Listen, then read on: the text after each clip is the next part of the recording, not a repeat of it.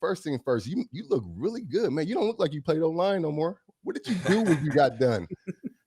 Man, I mean, I shed that weight quick, man. I wanted to drop it off and see if it would stick. But you're right, man. Most people don't even believe me if I told them I played offensive line in the NFL for 13 years. You've also did something that I never would ever do, and that's ran a marathon. How did you come to the decision to run a marathon? Two-part question. How did you come to that decision? And what's harder, pulling and blocking Ray Lewis or running a marathon and finishing in under 4 hours? Man, I'm gonna tell you what, those last 5 miles of that marathon are the hardest.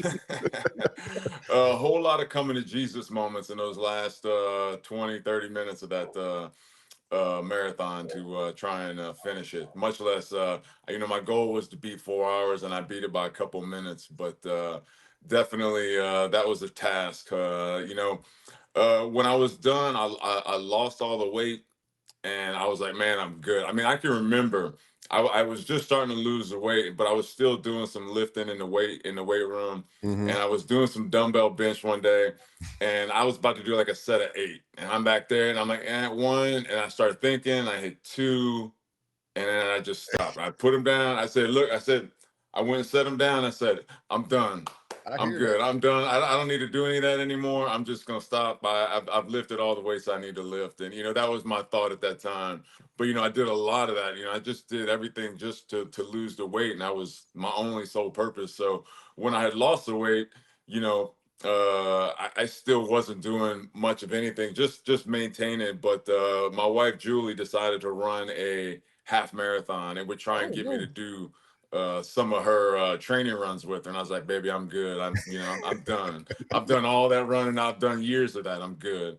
But near the end, I started going to some of her easy runs when she was cycling down, getting ready for the race. That's how you do it. And when I went out to the race, it was a race down out in Vegas, down the strip at night, which was pretty cool. But being at the race, kind of getting that like game day energy, Mm-hmm. kind of got in me a little bit. So kind of revived a little bit of those competitive juices. And the next thing you know, I started running when we got back with her, and one thing led to another. Next thing you know, I'm lined up with a couple thousand other people about to run a marathon.